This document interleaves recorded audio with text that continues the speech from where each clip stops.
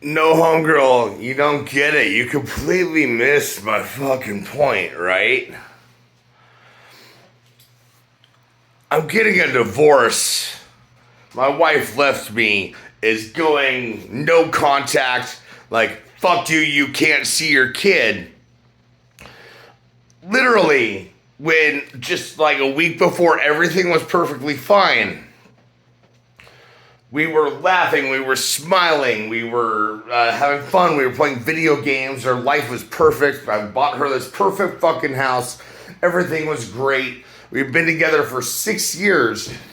And her boyfriend, between the ages of fucking 14 and 15, she fucked him more times. You know, raw dog in the back door. Fucking more times than the whole 6 years that we were together that she was my wife, right? Because of Christian purity culture bullshit and church trauma caused by kids' daycare, where I worked as a behavioral health community worker, right? In outpatient settings for kids. I would literally, for a living, advocate for kids that needed special accommodations in schools for between 30 to 50 hours a week for 2 years of my fucking life, right? But this Christian school that I pay $1,000 a month to send my kid to, right? Who's 4 and 1/3, like he's 4 fucking years old. He's not like a big ass kid, like he's 4 years old. They started causing him meltdowns because all their staff quit. When the whole year that he'd been there before, they're like, oh, we adore your kid. He's so sweet. He's so amazing. We love him so much. And I calmly, coolly, and rationally did this thing that I did for a living to advocate for my kid, right?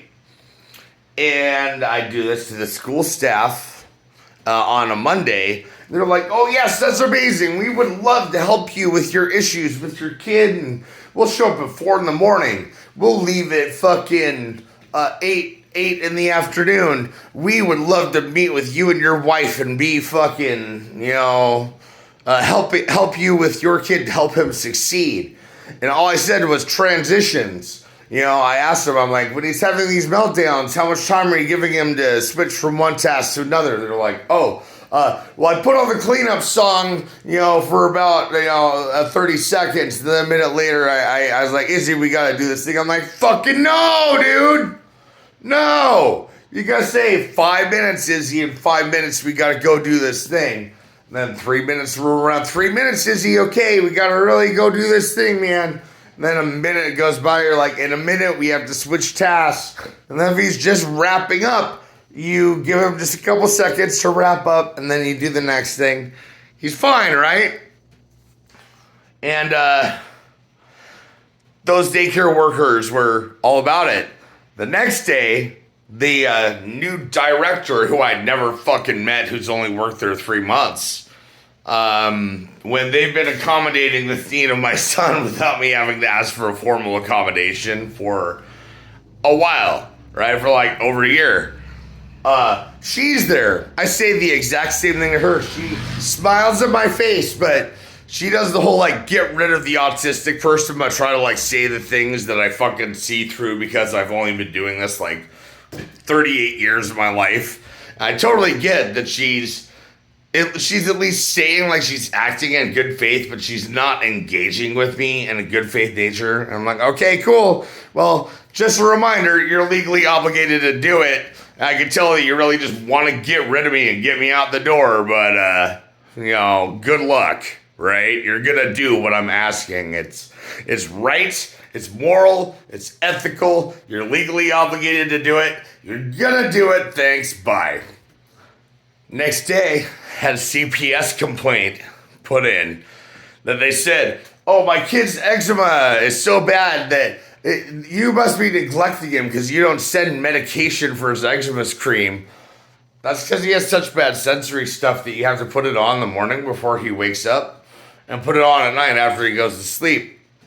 The CPS worker themselves, when they called me on the phone, they're like, There's no possibility of there being a finding. She was so low on the risk assessment. And I was like, so this looks pretty obviously like bad faith and retaliatory for me advocating for his ADA protected rights.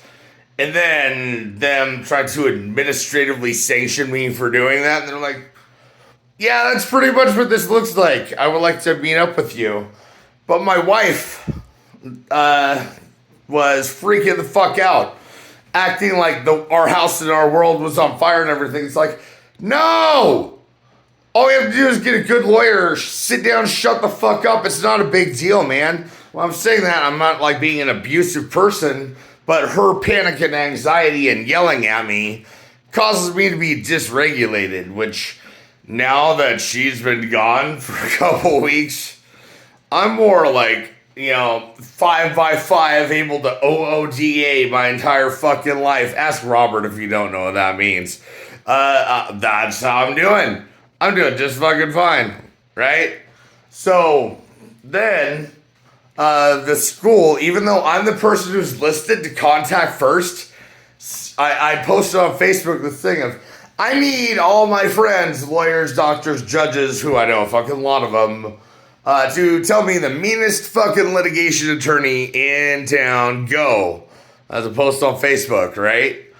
And so I got a lot of really good feedback from that. But the school calls Taylor to say, we're not comfortable with Philip coming to pick up Israel because we think that he's a mean, scary dude because we think he's unstable and mentally unwell because he's threatening to, retain an attorney and file a lawsuit and personal injury tort claim for our ADA accommodations that we refuse to provide. But now we're actually actively interfering with his ability to do this whole ADA thing by harassing you to the point where we are trying to prevent his ability to perform advocacy and interfere with his ability to do ADA rights by having you say he can't come pick up the kid. And so Taylor calls me and tells me to have a discussion on that. And I'm like, that is the most ridiculous thing in the world. I'm going to show up at my late model BMW with my $1,200 fucking cell phone. And I will stream to YouTube every interaction I have at the school going to pick up my child, which I managed to do just fine with the same organization over 500 times in the last year and a half with no fucking issue until this one person who had only been there a few months decided that they wanted to retaliate against me for advocating for my child. And so she packed up, she left, she thinks I'm scary, she wants a divorce. I wanted a divorce before she wanted one. Jesus fuck. I was like, I can't, you folded like paper, dude. You folded like fucking paper. I will never trust you again. And you took my child from me, who I have never had more than a couple days apart from, and they're trying to hit me with supervised visitation and some shit. But nobody can point to a single even misdemeanor crime that you would get booked and released from jail for. Nobody even pointed to that I did. And I've had the cops come to my house 6 fucking times with the goon squad. And I even went out and bought a come back with a fucking warrant doormat because I'm so tired of this shit.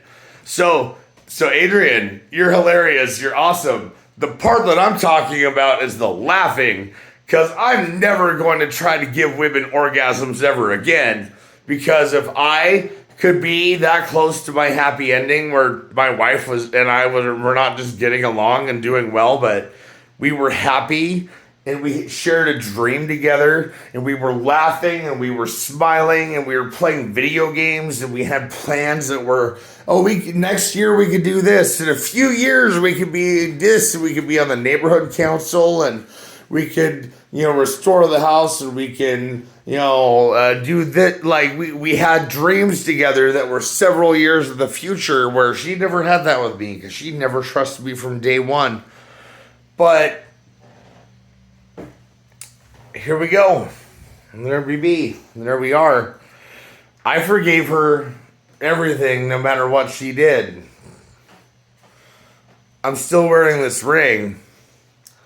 And the reason that I'm not ever going to lie with a woman ever again or take another wife is not because I'm not the baddest motherfucker. I'm a badass. I'm a great guy. I'm a catch. I have Jesus in my soul, and my head, my heart, and my mind, and my actions.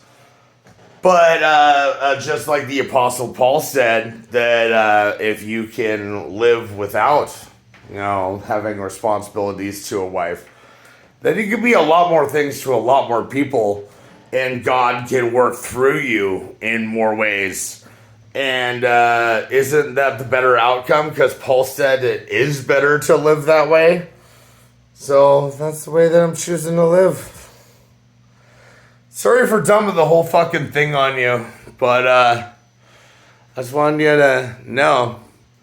Next time you hit me up, I'll try to fucking come up with some kind of joke, make you laugh about something. Like, I would rather jerk off with a fistful of fucking razor blades than let that woman back into my house. That's kind of funny, isn't it? Love you, God bless.